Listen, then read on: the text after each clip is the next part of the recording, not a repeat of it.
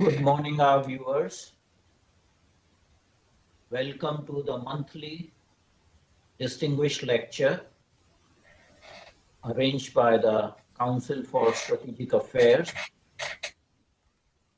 Today is Saturday, April 19th, 2025.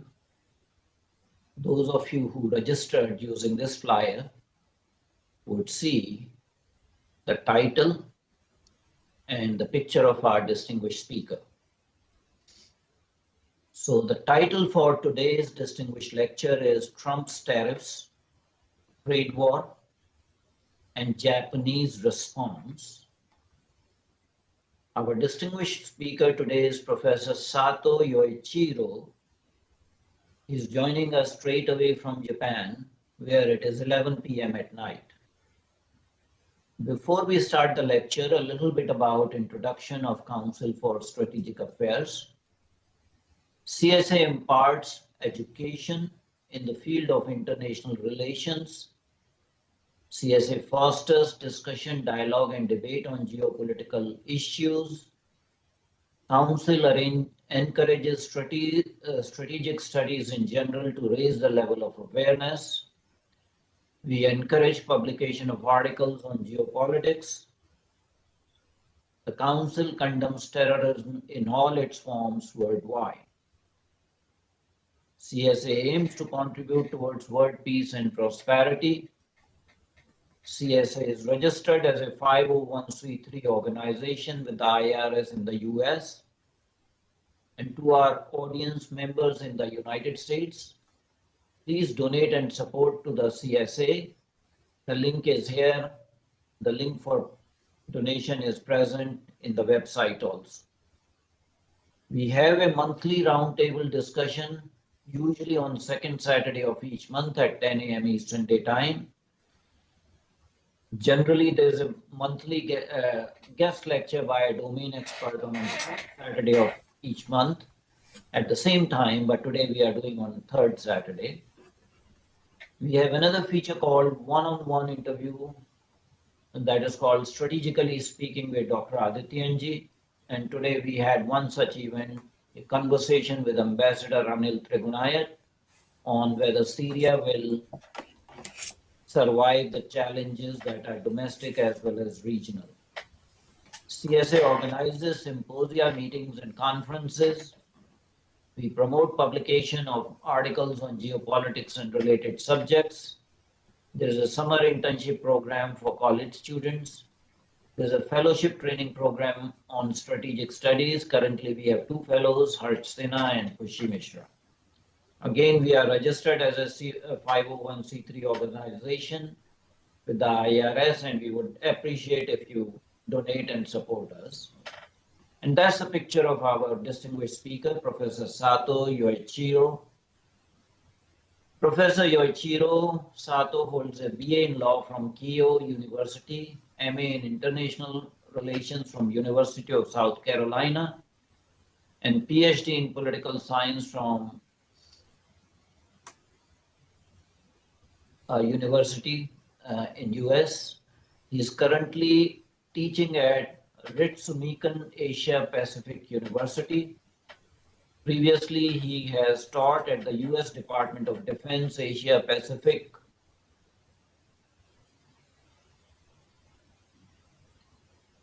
in security studies, as well as Auckland University in New Zealand. He has been a visiting professor at multiple institutions. He has more than 10 published books that include the US-Japan Security Alliance, co-edited with Takashi Inoguchi and C. John Ikenberry, that was published in 2011. Regional Institutions, Geopolitics and Economics in Asia Pacific, co-edited with Steve Rothman and Utpal Vyas, Routledge in 2017. And Re-Rising Japan, co-edited with Hidekazu Sakai, Peter Lang in 2017. His commentaries have appeared in various global media, including the Time Magazine, Newsweek, Al Jazeera, AFP, Nikkei Asian Review. Professor Sato Yoichiro has graciously appeared on CSA platform several times before, and we are very pleased to have him back again. He is expert in geoeconomics. We are talking about US reciprocal tariffs worldwide and Japan's response. So these are the two maps of the two countries. And this gives you those were the two flags. These are the two maps of the two countries separated by the Atlantic. So the question here is whether the current Prime Minister of Japan can handle, Prime Minister Ishiba, can handle the challenges which Trump administration is posing. So just as a background, US and Japan are treaty allies since the end of World War II. Both are members of G7, Quad, APEC, and Squad. Japan is primarily a trading nation. So trade is very important for Japan. Japan at this point in time holds more than $1.1 trillion of US Treasury bonds. How Japan will respond to US reciprocal tariffs and global trade war? That's the question everyone wants to know, and Professor Sato Yoe Chiro will give us that answer. So here is this meeting in the White House Oval Office between Donald Trump and Prime Minister Ishiba. And this picture again shows you a golden samurai helmet that was gifted by Prime Minister Ishiba to Donald Trump. There's one more very revealing photo. And this is about trade representative of Japan in Oval Office with Donald Trump held a 50-minute-long meeting while he was wearing Make America Great Again hat. And I must say that I followed on social media and there was a lot of negative response. So first response came by a Japanese correspondent by name Ken Moriyasu. And then there was by somebody by name Nerd Tech, said, as stated, Japan is an occupied nation and the Japanese people are good at bending even on their knees. So we will hear what is the reality here, but there was a very negative reaction on social media about this visual of Japanese trade representative wearing a mega hat in White House. Before I hand over the platform to Professor Sato, some housekeeping rules. Kindly mute yourself to avoid noise interference. Please change your cell phone to vibration mode. Please do not interrupt our esteemed speaker. Only those members of audience who identify themselves openly will be allowed to ask questions, so no anonymous questioners, please. All the questions are moderated in the chat room. Please send all your questions through the chat room. Please be very precise and specific in asking a question. Don't send lengthy comments in the form of a monologue. There has to be a real question or commentary.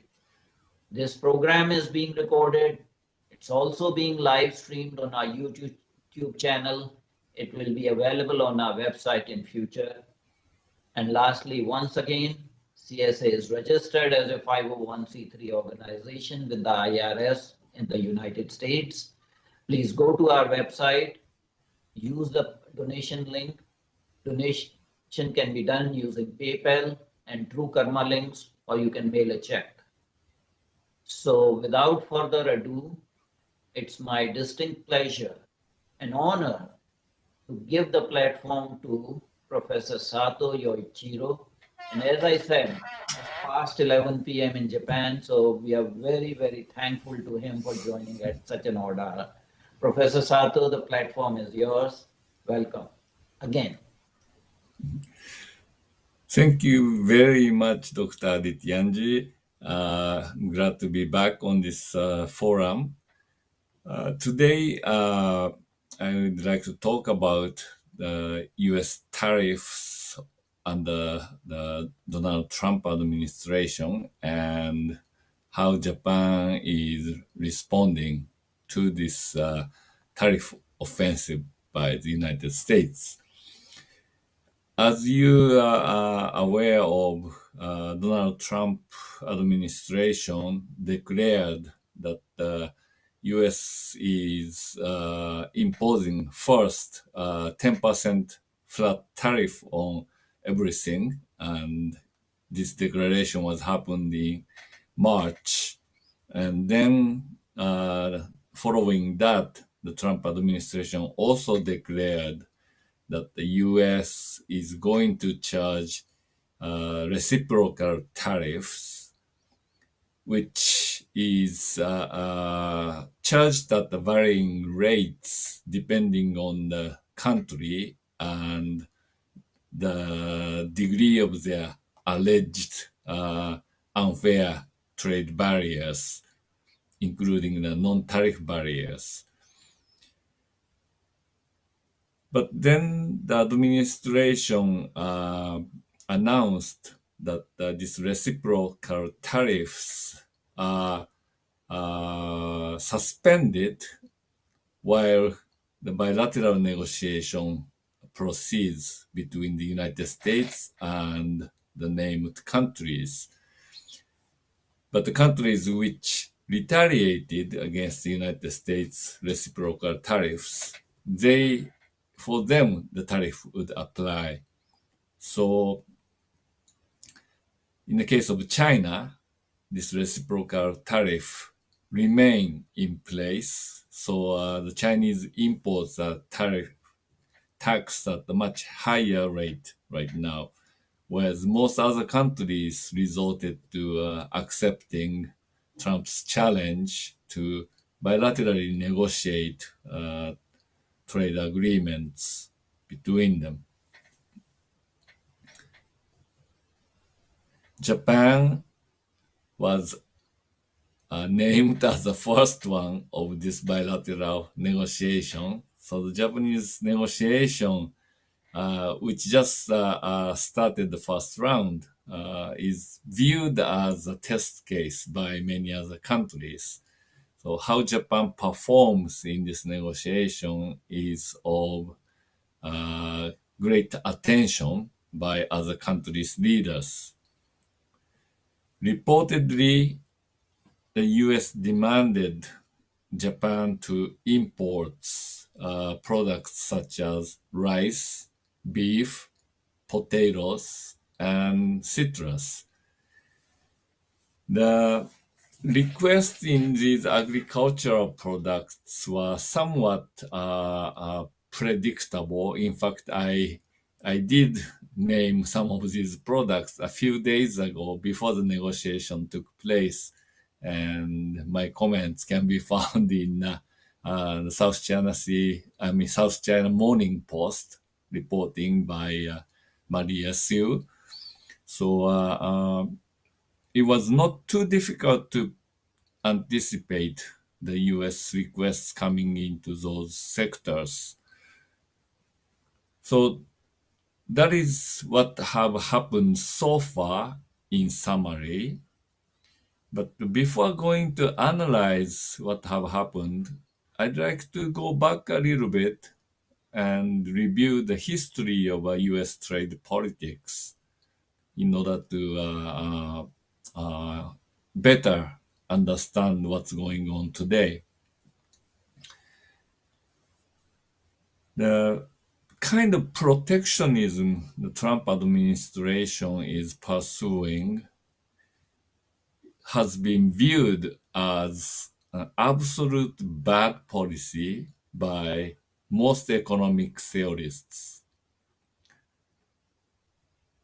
The majority of the economists believe that free trade maximizes overall efficiency of the global economy, and the production should be allocated on the global scale according to each country's comparative advantage.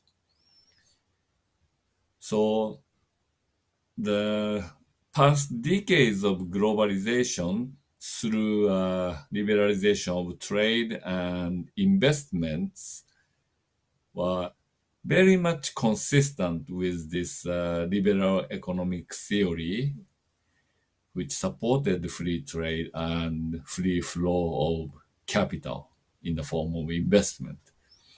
So this dominant economic theory has been the backbone of global trade policy, including the United States trade policy for the most of the post-World War II period. However, some economic theorists disagree with this purely liberal economic theories, and they challenge the notion of comparative advantage. The original liberal trade theory was formulated during the days of agricultural production. So when the Argentine, for example, is known to have a very rich soil, that was a comparative advantage of Argentine in producing and exporting wheat, for example. And other countries with less rich soil are better off importing wheat from Argentina rather than trying to produce it by themselves. So that was a kind of the notion of a comparative advantage in the days of agricultural economy. But the world economies have advanced into various industrial sectors, and today even various service sectors as well. So the question is whether this notion of comparative advantage is still relevant today. They would try to redefine comparative advantages away from the natural resource advantages and the quantity of labor as an advantage. Of course, those ideas are not dead. Some 2 decades ago, 3 decades ago, US, Japan, European countries, they were all flocking into China to produce manufactured products there, largely because there was a large number of cheap labor available in China. So the quantity of labor does matter as one source of comparative advantage. And in fact, as China developed, the labor costs in China started rising, and industrial production in some industries started migrating out of China into even cheaper countries with a reasonably large population, like Vietnam or Myanmar. So the old notion of comparative advantage still lives, but the new notion of comparative advantage focuses on other factors of production, such as capital, both in terms of the quantity of capital as well as the cost of capital. So the interest rate or availability of big, large capital, those are the factors which account for comparative advantage. The labor quality is another factor, And this has become increasingly important as the countries started moving away from agriculture into manufacturing sectors and in the higher technology production of high-tech industries. The labor quality has become especially important. And this is very much true if you look at the uh, electronics industry and so forth. There's a good reason why Silicon Valley has been blessed with the innovators and open immigration policy attracting top mathematics students, science students into the best universities in California and in the United States. So what some people call ecosystem of the industry is very much dependent on steady availability of qualified labor. And finally, culture, broadly defined, which would be inclusive of technology, is a very important factor of comparative advantage. The technology and culture offer higher added values to the products on top of the cost of labor and the cost of the original material. So if you look at, for example, even within the semiconductor products, the most advanced semiconductor chips, which are used in AI, artificial intelligence, they carry a very high price as opposed to more common memory chips, which are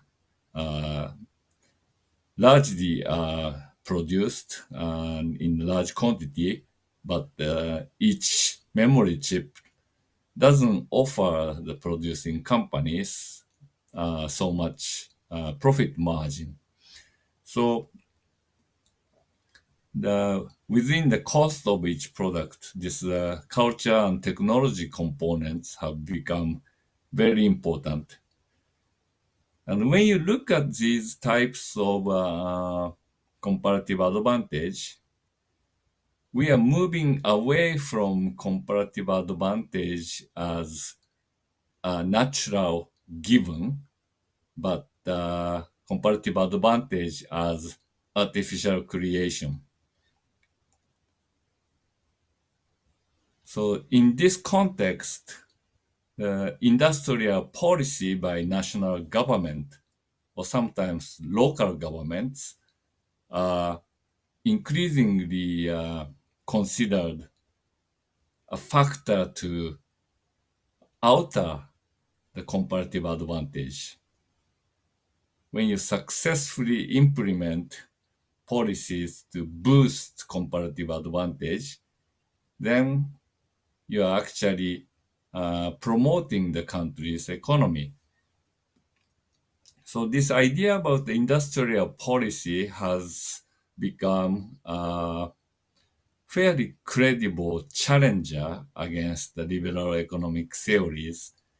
And this transformation of academic thinking has been backed by many research into, for example, Japanese miracles, the high rate growth of Japanese economy during the 1960s and 1970s and into the 1980s.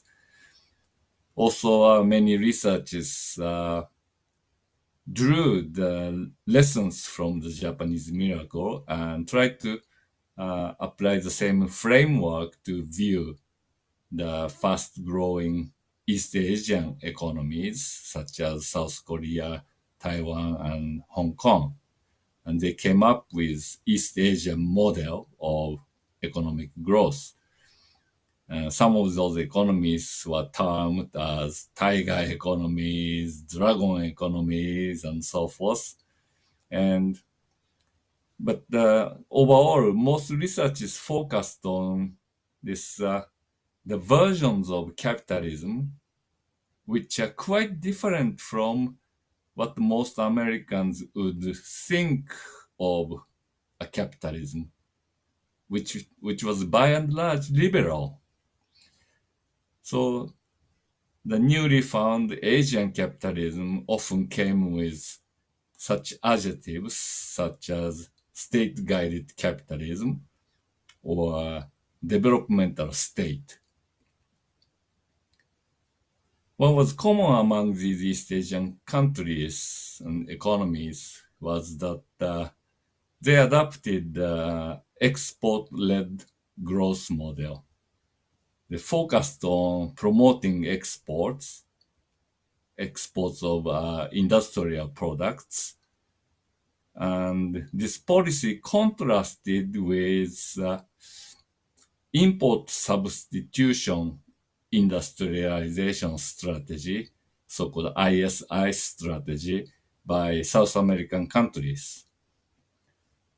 The South Americans, they decided that the American manufacturing companies were too strong, and free trade and free investment would simply kill whatever infant industries locally available in South American countries. So they decided to limit and replace imports with indigenous production. But this strategy failed because the strategy narrowed the market pool to themselves and didn't take advantage of the export markets overseas. So they created their own very inefficient small-scale production. And when the state borrowed investment money at the commercial rates, they fell into debt crisis by the 1980s.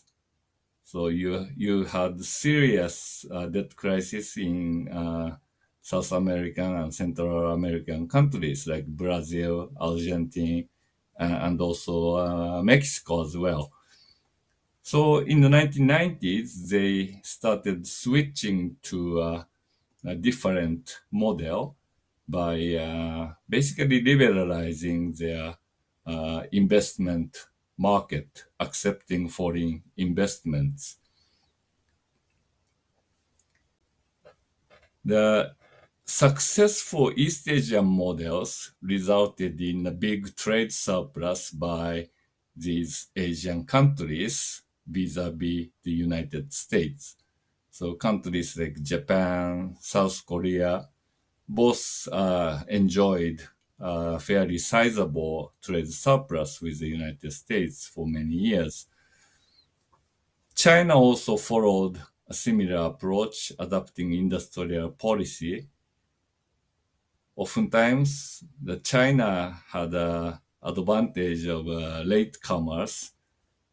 They studied Japanese approach, Korean approach very carefully and took the good lessons and avoided the bad lessons.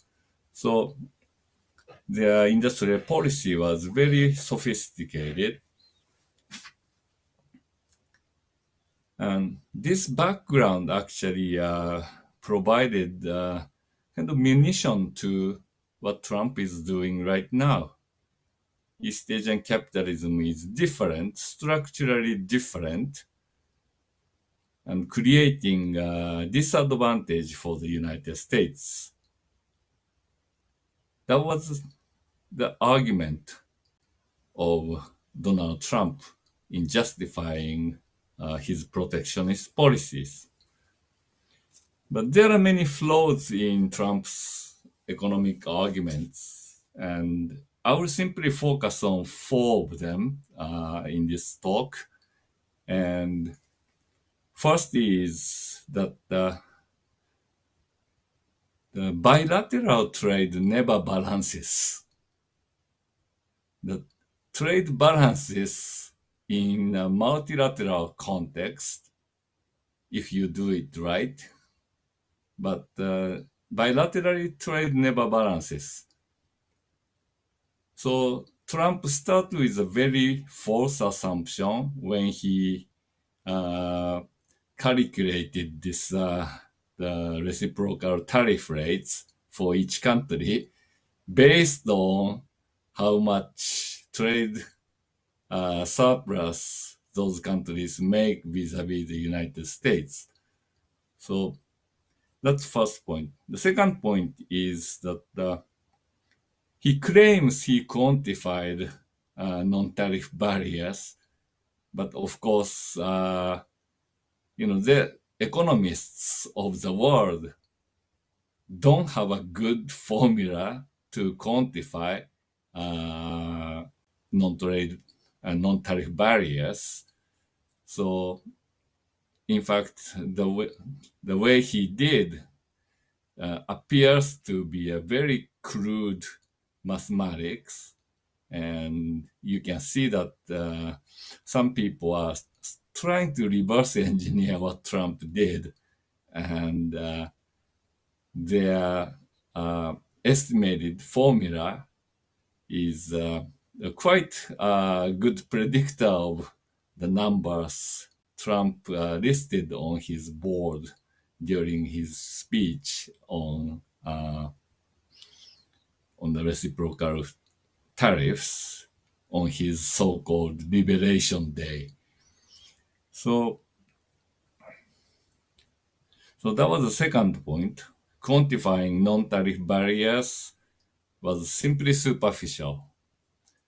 The third point is that he's only looking at the trade balance in the manufactured goods trade and manufactured goods and agricultural trades, but he's completely ignoring the service sector trade, in which the US often runs a fairly sizable trade surplus. So, is the trade actually imbalanced? There's a big room for argument when you take into account the trade surplus US makes in the service sector.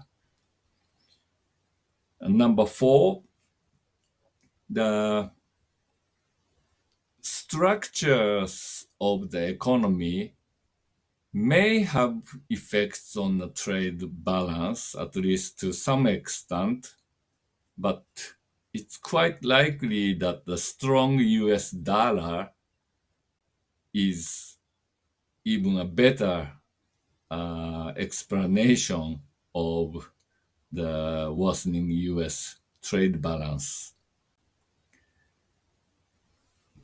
So by taking into these four criticisms in consideration, we have to conclude that what Trump is doing not so much economics, but it's politics. And the domestic politics explains Trump's reciprocal tariffs a lot better. And quite simply, the answer is that he is reliant on the support of blue-collar labor and farmer, the laborer from the Rust Belt states, and the farmers, and the type of anti-elitism against the Democrats, and also a more traditional Republicans who are pro-globalization. So what was then the traditional pattern of US trade politics like, and how did Trump change it? As I explained earlier, the economists almost unanimously believe that protectionism is bad. And this had origin in what the US did with the smooth, holy tariff in the wake of the global depression.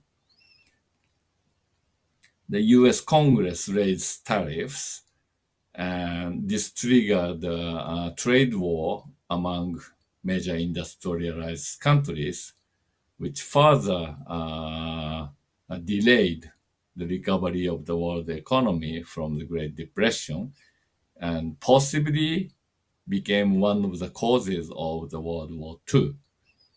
So, with this negative lesson, the economists post-World War II were very strongly united in favor of free trade.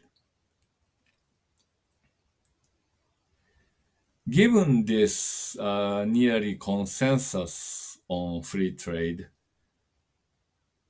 the US Congress and the executive branch had developed a sort of unspoken division of labor,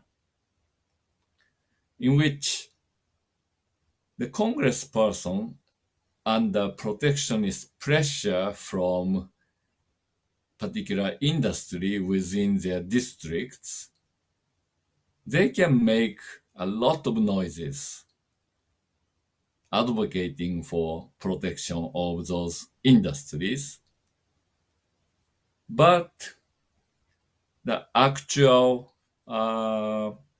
negotiations will be tasked to the executive branch, which serves as a sort of pressure release mechanism. The congresspersons don't have to pass the legislation. They can scream and shout, but the legislation's proposals don't leave the committee or died during the congressional decision making.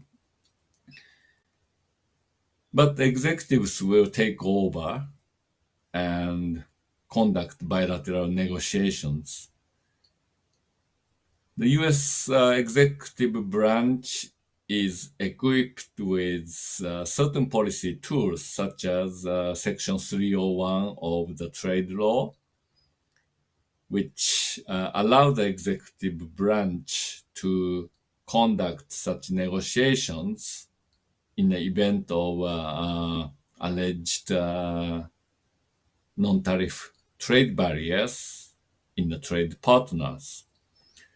The anti-dumping laws can be used for similar purposes, although there are formulas used by the Commerce Department to determine whether dumping did exist and what should be the margin of the punitive tariffs against the countries which dumped products and so forth. But like the case of comparative advantage, determining dumping in the era of rapidly changing high-tech products is really outdated, and the determination has become more political than economics.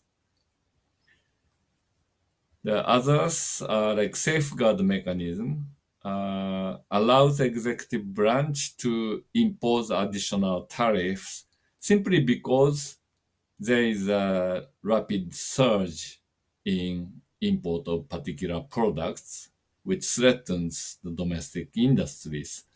So using those domestic laws, the executive branch of the US could take over the negotiation with trade partners from Congress, and in doing so, the US executive branch was actually protecting the multilateral trading system, which was the main feature of the post-World War II international economic management, first under the rules of GATT, and then the rules were incorporated into a permanent standing UN organization known as World Trade Organization, WTO. So the multilateral trade regime reached its pinnacle during the Uruguay round of free trade negotiations. 100 plus member countries concluded the multilateral trade agreement to remove a lot of tariff barriers on agricultural products, in addition to the liberalization of industrial product trade, which has been discussed in the previous rounds of GATT negotiations. But the WTO failed to launch a new round of multilateral free trade negotiations in the Doha round in 2002. And since then, no attempts to launch a new round of free trade negotiation has happened under WTO. The WTO still exists and functions in its dispute resolution mechanism, especially if the disputes are between smaller members. The China today is bringing the US to WTO dispute resolution mechanism, but it is quite doubtful that the US would accept the handling of the trade disputes in this multilateral forum. So the Trump would rather prefer to negotiate with China bilaterally, just like US is doing it with other countries. So given this ineffective WTO, most major trading countries resorted to negotiating both bilateral free trade agreement and regional free trade agreements. And this made sense because the smaller number of participants mean that the negotiations can be faster, and it doesn't really make sense pragmatically to discuss with so many partners with whom you're not really trading much. So just covering the major trade partners in bilateral negotiation would secure very immediate and pragmatic benefits of reducing tariffs. And those are very important in the context of Japan's growing investments in Asia. Japan's investment created a production network, and intra-firm trade throughout Asia became a very important factor of economic growth in this region. And removing tariffs meant a lot of saving for those multilateral transnational corporations.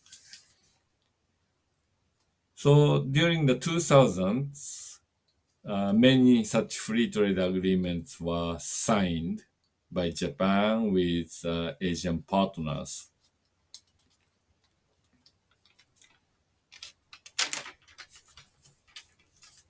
Later, this free trade became more strategic and it was quite significant that the Obama administration made a decision to join TPP negotiation. The Obama linked the free trade with forming growing security partnerships with Asian countries.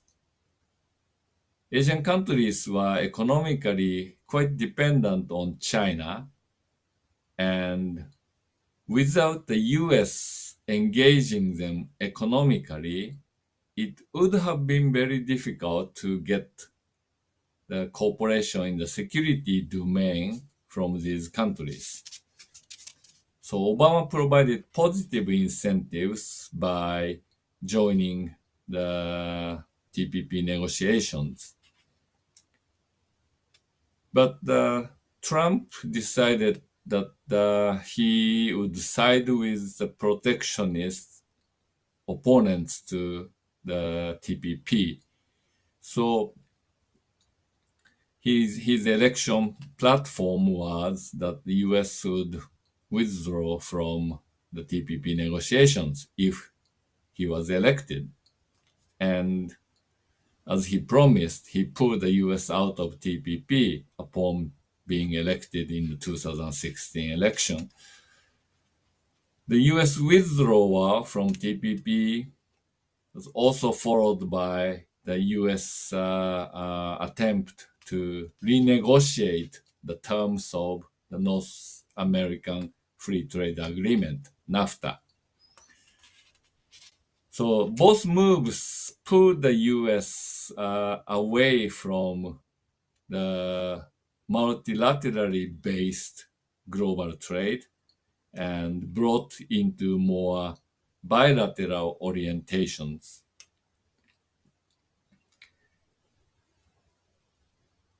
This happened very quickly upon Trump becoming the president. The Trump requested that Japan negotiate a bilateral free trade agreement with the United States. But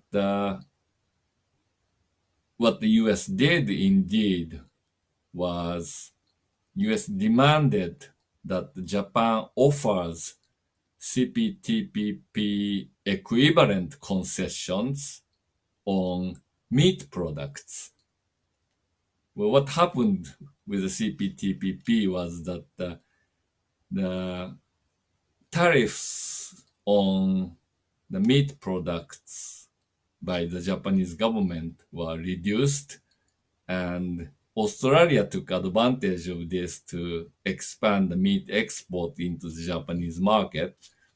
And this put the US at a relative disadvantage.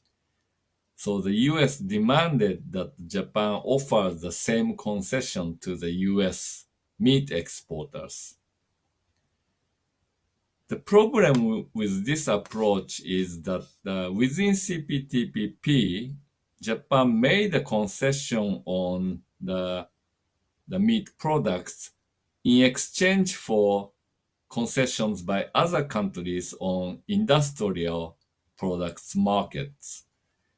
And when when the US was still in the negotiation, Japan was trying to reduce the US import tariffs on automobiles and also trucks. The US had a remaining tariff of 2.5% on automobiles, as opposed to Japanese automobile tariff, which was already zero. The US protects the trucks with an even higher tariff rate, and Japan wanted the US concessions in the industrial product sector, especially automobiles, in exchange for Japan's own concessions on agricultural products. But in the Japanese-US bilateral agreement, the US didn't offer any concession on the automobiles. So it was a case of bilateral bullying. So even before the recent reciprocal tariff, the Trump administration's tendency to use bilateral negotiations to more advantageously negotiate trade terms and keep protecting its domestic industrial sector was quite visible even in 2017. Today, the US set a 10% flat rate and then further trying to leverage the bilateral negotiations with the threat of reciprocal tariff rates. So one could easily see that the 10% tariff is a bottom line beyond which US will not go making any concessions. So the global free trade trying to reduce the tariff on everything to 0%, that's gone. The US has a bottom line of 10% tariffs. And depending on the negotiations, the tariff rates on US products will be higher.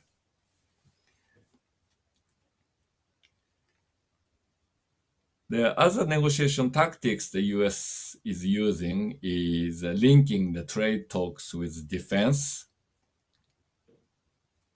And this is very much the case with Japan, because Japan has a defense treaty alliance.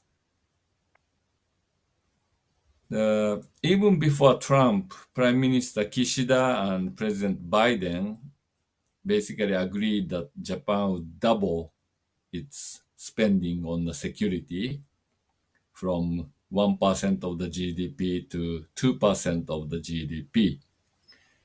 But the newly appointed the Defense Undersecretary, Mr. Elbridge, has already mentioned a 3% figure as a more preferable spending level for the Japanese defense. Trump did not bring up the demand for Japan to increase the host nation support for the US troops in Japan, but in the second administration, he has done it already. Whether Japan is gonna agree to it is yet to be seen. I think it's subject to a further bargaining between Japan and the United States. The import of US arms is another way of reducing US trade deficit, and the US is actually promoting it. But the US approach in this is somewhat inconsistent because there is often a reluctance for the US not to sell the most advanced weapons to Japan and other allies.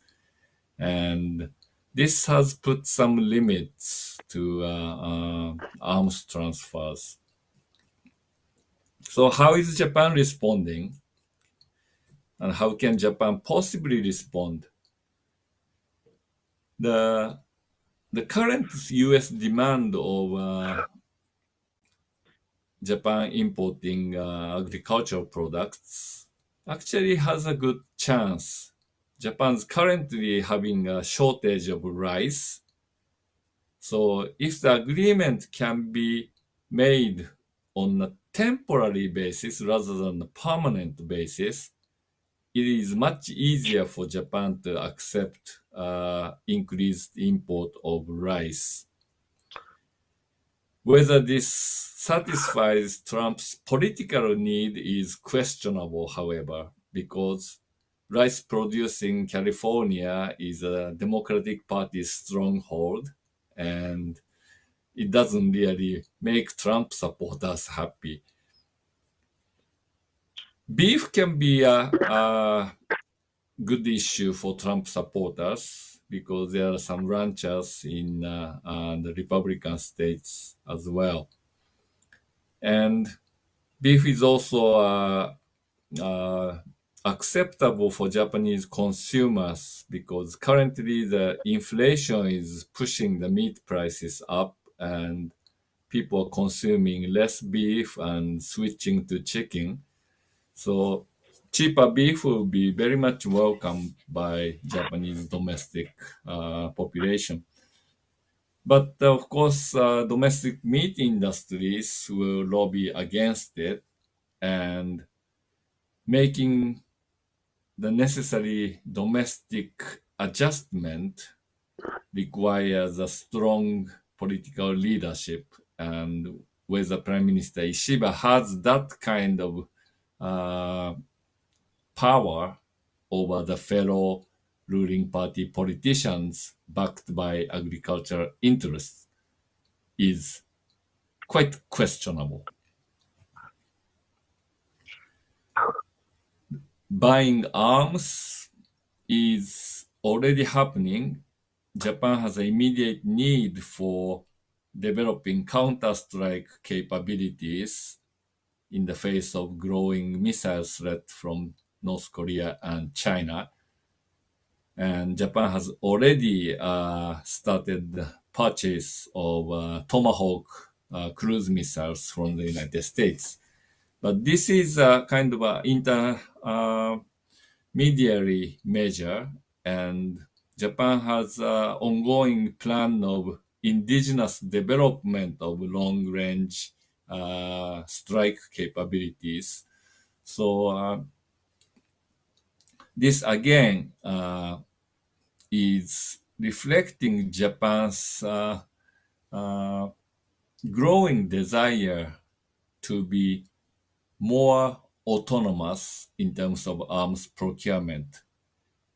You can see the same tendency in the next generation fighter plane development by Japan, Italy, and UK jointly without the US as a participant. And finally, let me talk about the corporate responses. When the government cannot move fast enough or thoroughly enough to the US demands, the Japanese companies make their own move to minimize the damage from the protectionist policy by the United States. And especially under the current Trump policy, Japanese automobile companies, they're moving ahead of the government, which doesn't really have a very strong leverage to protect the car industries. The Japanese car companies are already producing a bulk of the components in the NAFTA region, and they can continue to boost the production of automobile components in the NAFTA region. And if the US is seriously erecting tariff wars against both Canada and Mexico, then Japan can even move the components production from Mexico into US or from Canada into US. And those things are already being discussed by Japanese companies. Since major automakers produce a large portion of their profits in the localized productions, the damage can be minimized. The export of completed cars from Japan into the US is a thing of the past to a large degree, and the proportion can further diminish. The steel industry is having an issue right now between the Nippon Steel, which wants to purchase acquire the U.S. steel, and the U.S. Council for Foreign Investment in the United States, CFIUS, which under the Biden administration rejected the Nippon Steel offer to acquire the U.S. steel. But the Nippon Steel has brought the case again under the Trump administration, and Trump administration is hinting at the Nippon Steel that the acquisition is not acceptable, but investment is.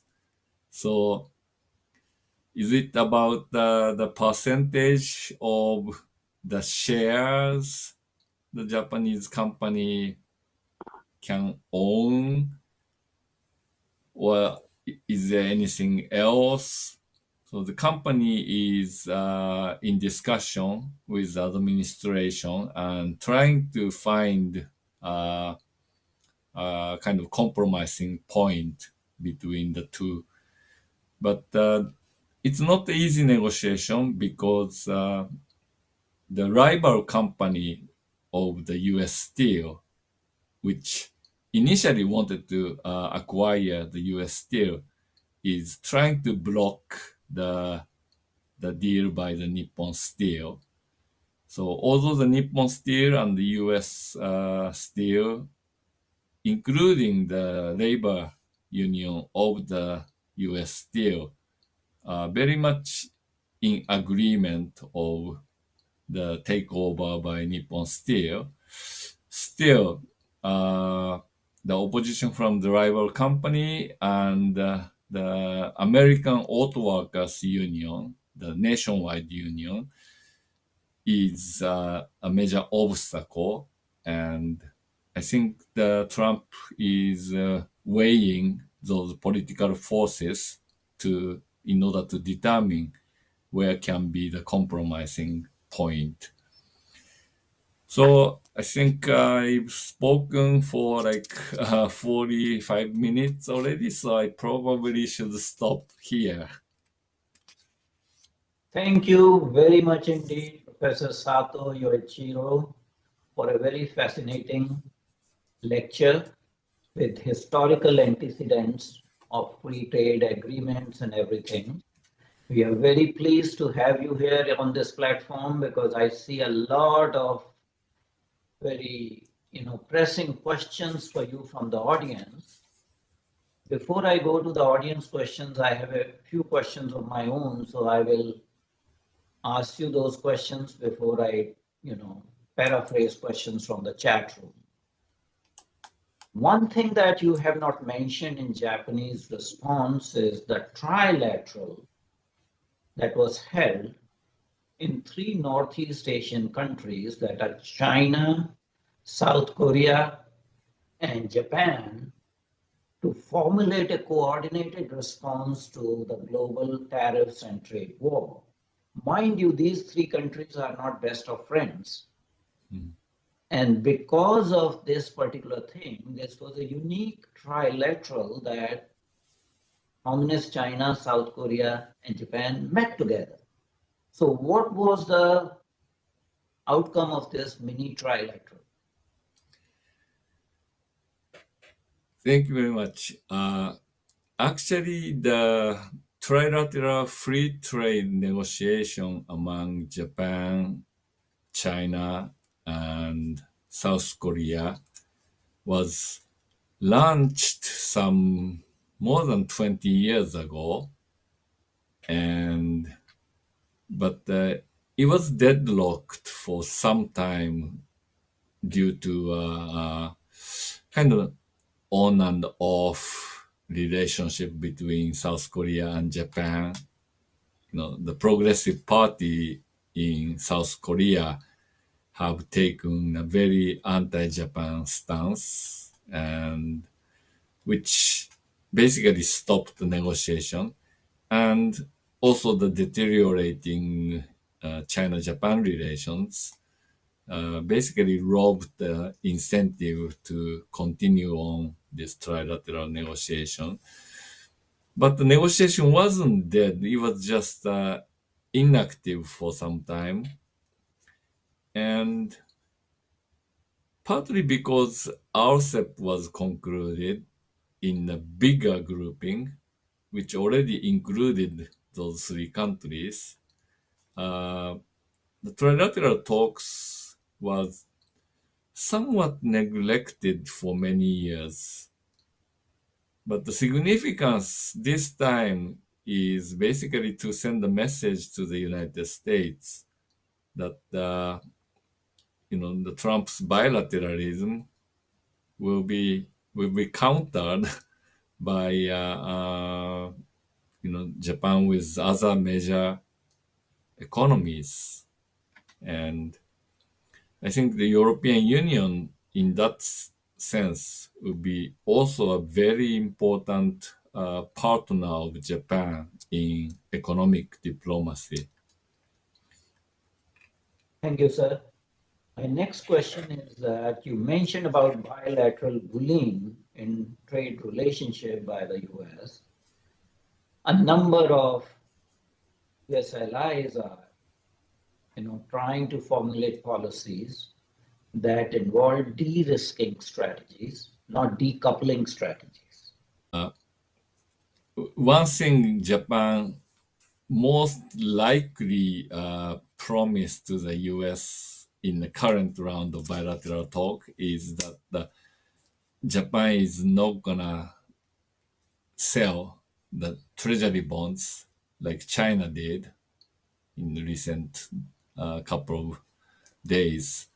And this is particularly important leverage Japan has vis-a-vis the United States.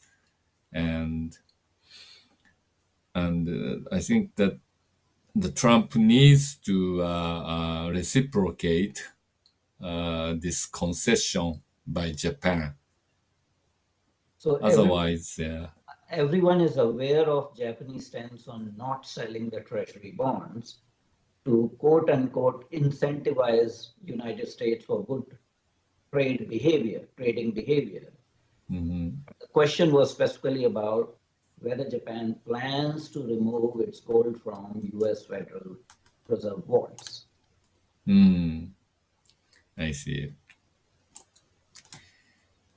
I'm not sure if Japan wants to do that. Okay, so there is no talk about that. One issue that surprises that when we talk about free trade and US insistence on with a number of countries on providing opening markets for agricultural products. United States agricultural industry, which is an industry, is subsidized by the federal government to the tune of $30 billion every year. And that subsidy keeps on increasing. Has Japan in any way made calculations about US dumping agricultural products into Japan while negotiating with the US? Yeah, I doubt Japan has calculated the subsidy amount and trying to raise the dumping charge against the U.S. agricultural exporters. But frankly, I think the rice price actually doubled in the last like 2 years, and doubles or even more. And there is the government was saying that it's a kind of temporary thing, and when the new harvest comes, the price will start dropping. But that was in last fall, and the price drop hasn't happened. So the shortage seems to be more chronicle, and so the government's releasing the strategic reserve of rice in order to ease the market.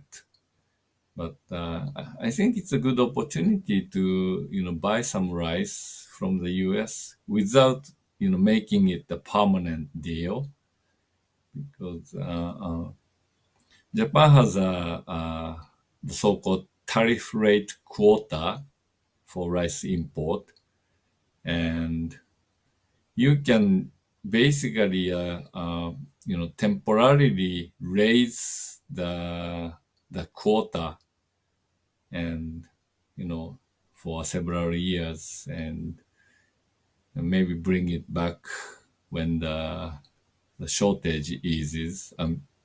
Yeah.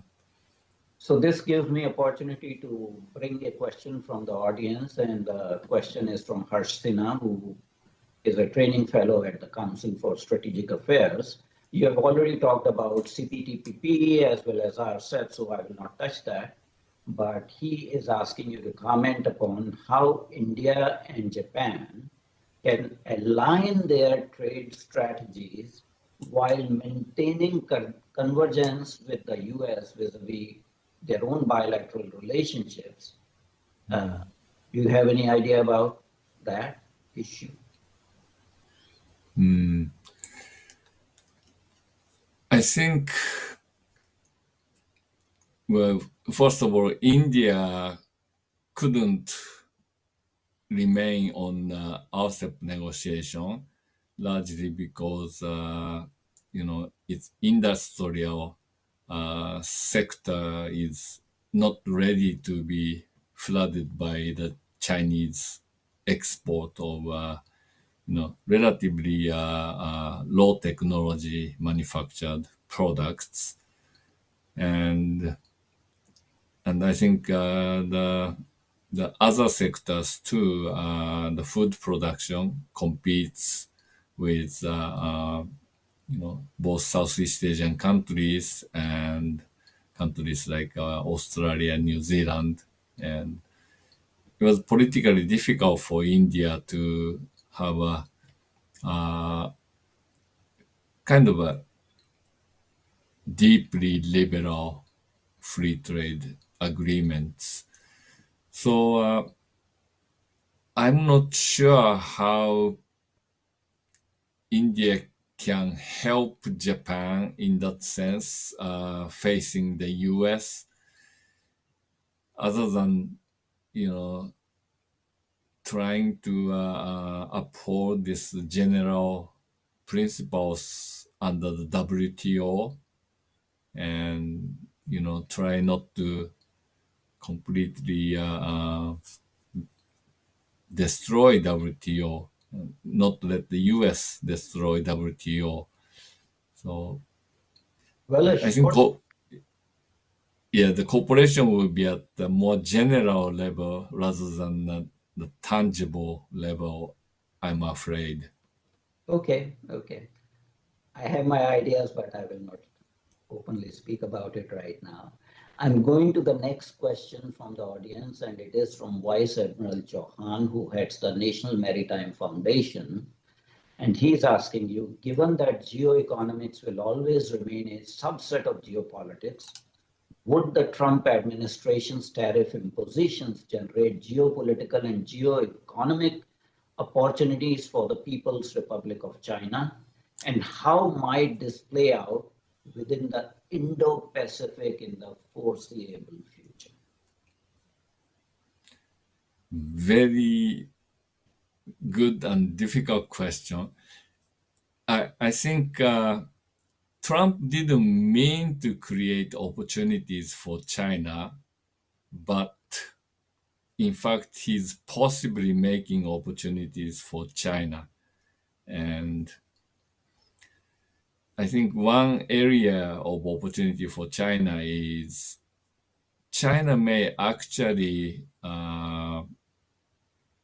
try to catch up with the US in the highest technology sector by, domestically producing advanced manufacturing equipment for semiconductors, for example, and then start producing most advanced AI chips domestically. And the government is pouring massive subsidies to achieve those objectives, knowing that the US is, trying to cut off China from the supply of advanced chips. So, and China has a big enough domestic market. So even when China is cut off, China still enjoys a scale economy. And, this US shift from the Clinton era run fast approach is a sort of gamble. It may actually kind of boomerang back against the US. Thank you. There's a question from Ashima Kapoor, who is a researcher at National Maritime Foundation. And she has a similar kind of question, which I'll read for you. Considering the shifting dynamics of trade policy under the Trump administration, particularly the focus on friendshoring and targeted tariffs, how do you foresee these developments impacting the strategic and economic positioning of India and Japan in the Indo-Pacific? What opportunities or challenges could arise for both nations in deepening their economic security and strengthening their maritime cooperation in areas such as trade, security, and sustainable ocean governance? It's a very good question. The friendshoring was kind of discussed during the Biden administration, but I think Trump is not doing friendshoring. What Trump wants to do is reshoring back into the US territory. So even the Taiwanese companies and Korean companies, Japanese companies, they're being coerced into investing in the US and moving production facilities there. And this approach has limits because tariff is only one factor for the businesses to determine where to produce things. And, I think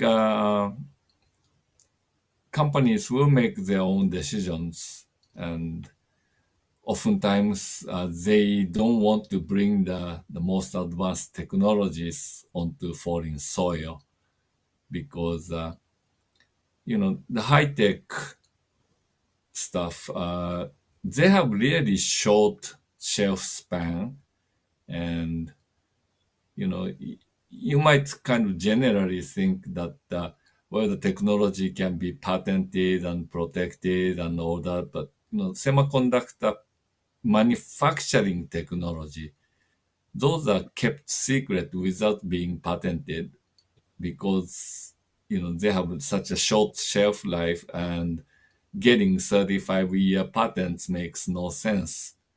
And dominating the market while you can makes a lot more sense for those technologies.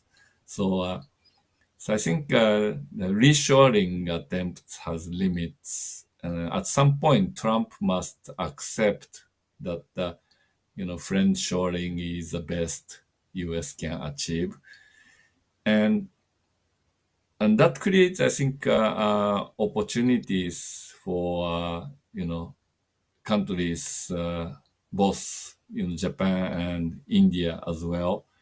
I think India can receive some, sort of friendshoring relocation of productions in, for example, memory chip productions or the medical supplies away from China but into India, and so the pharmaceutical productions. So that should be an opportunity for both Japan and India. Japan already received the TSMC investments, and in my neighboring prefecture of Kumamoto, they're building the second factory right now. Yeah, I'll go to another question from Vice Admiral Pradeep Chauhan. And he's asking you, can we reasonably conclude that despite the very large number of eminent macroeconomists in the United States, there's a complete acquiescence with the tariff policies of Trump administration and the linkage of these policies with defense? Surely this will strengthen the views among some constituencies in India and elsewhere who maintain that United States is an unreliable defense partner.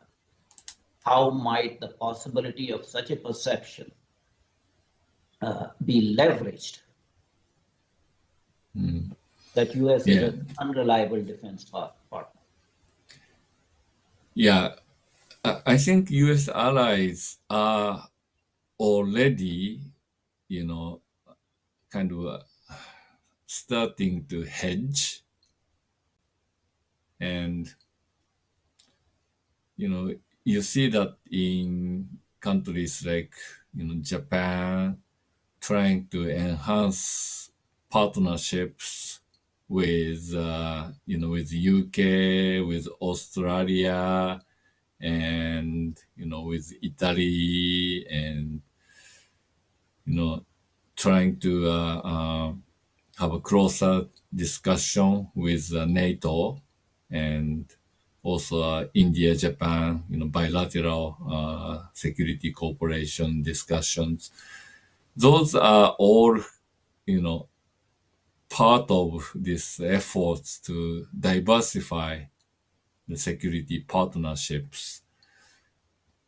And but I think it works both ways.